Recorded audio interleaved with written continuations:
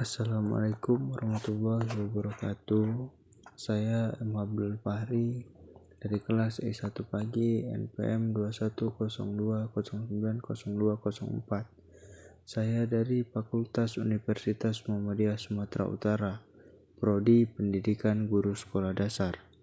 Jadi di sini saya akan menjelaskan tentang sejarah masuknya Islam di Indonesia. Jadi di sini saya akan menjelaskan tentang sejarah masuknya Islam ke Indonesia. Jadi Indonesia merupakan negara dengan penganut agama Islam terbesar di dunia, karena hampir 87% penduduk Indonesia adalah pemeluk agama Islam. Jadi hal ini dikarenakan penyebaran agama Islam di Nusantara yang cukup aktif adalah dari Pulau Sumatera hingga ke Sulawesi dan Maluku. Hal tersebut terjadi sejak ratusan tahun yang lalu dan puncak penyebaran agama Islam terjadi pada masa Wali Songo.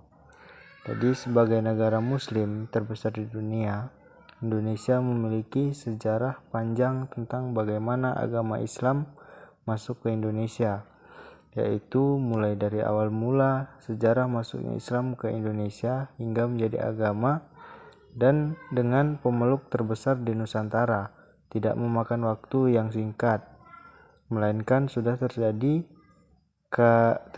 kerajaan sejak zaman. Ada banyak teori yang menyebutkan bagaimana awal mula sejarah masuk agama Islam ke Indonesia dan akhirnya menjadi agama yang banyak dianut oleh sebagian besar masyarakat di Nusantara pada kala itu. Teori-teori tersebut juga memiliki bukti sehingga dipercaya sejarah masuknya agama Islam ke Indonesia sesuai dengan teori-teori yang ada. Jadi ada banyak teori yang menerapkan bagaimana sejarah masuknya agama Islam ke Indonesia. Dari semua teori tersebut, kebanyakan menggambarkan Islam masuk pada masa awal-awal Hijriah atau sekitar tahun 700 Masehi, pada masa kekhilafan Islam di tanah Arab. Kekhilafan tersebut mengutus utusannya untuk datang ke Nusantara dan menyebarkan agama Islam di Nusantara. Maka hal ini dibuktikan dengan adanya kampung Arab atau pemukiman Arab di pesisir barat pantai Sumatera yang banyak dijumpai oleh para pedagang pada masa itu. Dengan adanya pemukiman Arab, inilah yang diyakini menjadi salah satu teori awal mula masuknya Islam di Indonesia. Jadi, ada beberapa teori yang mengenalkan bagaimana awal mula sejarah masuknya agama Islam ke Indonesia, yaitu teori India atau Gujarat.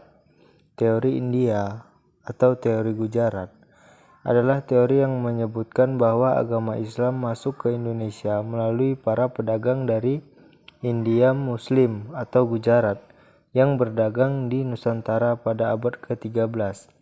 Para saudagar dari Gujarat yang datang dari Malaka kemudian menjalin relasi dengan orang-orang di wilayah barat di Indonesia. Kemudian setelah itu terbentuklah sebuah kerajaan Islam yang bernama Kerajaan Samudra Pasai. Banyak bukti yang menguatkan teori Gujarat ini. Salah satunya adalah makam Malik As-Saleh yang merupakan salah satu pendiri Kerajaan Samudra Pasai. Corak dari batu nisan Malik As-Saleh sangat mirip dengan batu nisan yang ada di Gujarat.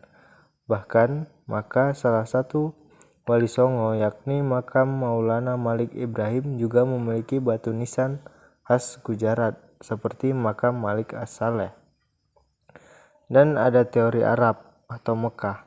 Kemudian selanjutnya ada teori Arab atau Mekah yang merupakan teori Islam yang menyebutkan bahwa Islam masuk ke Indonesia langsung dari Arab atau Mekah. Pada masa kekhalifaan, teori ini didukung oleh G. C. Van Leur hingga Buya Hamka atau Abdul Malik Karim Amrullah. Teori ini juga didukung oleh T.W. Arnold yang menyatakan bahwa pada masa itu bangsa Arab merupakan bangsa yang dominan dalam perdagangan di Nusantara. Kemudian mereka menikah dengan warga pribumi dan berdakwah di Nusantara. Kemudian ada teori Persia atau Iran. Teori ini adalah teori yang menyatakan bahwa asal mula sejarah masuknya agama Islam ke Indonesia dari negara Persia, yang sekarang bernama negara Iran, adalah teori yang didukung oleh Husain Jaja Diningrat dan Umar Amir Husain. Jaja Diningrat berpendapat jika teori Persia ini selaras dengan asal mula masuknya Islam ke Indonesia. Hal ini dikarenakan menurut Jaja Diningrat kebudayaan Islam di Nusantara memiliki banyak kesamaan dengan kebudayaan Islam di Persia.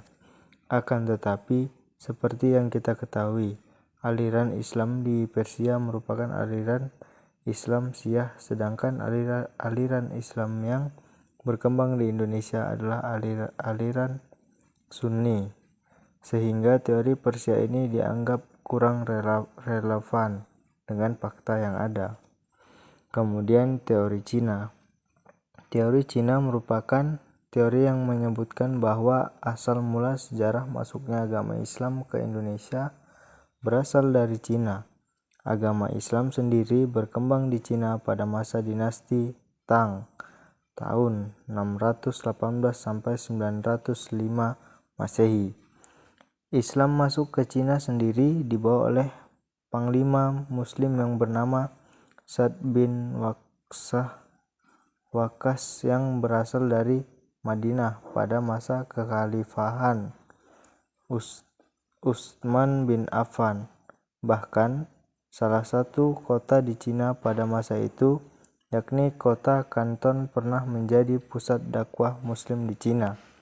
Selain dengan berdagang, ada juga penyebar agama Islam yang memang berminat menyebarkan agama Islam dengan cara berdakwah.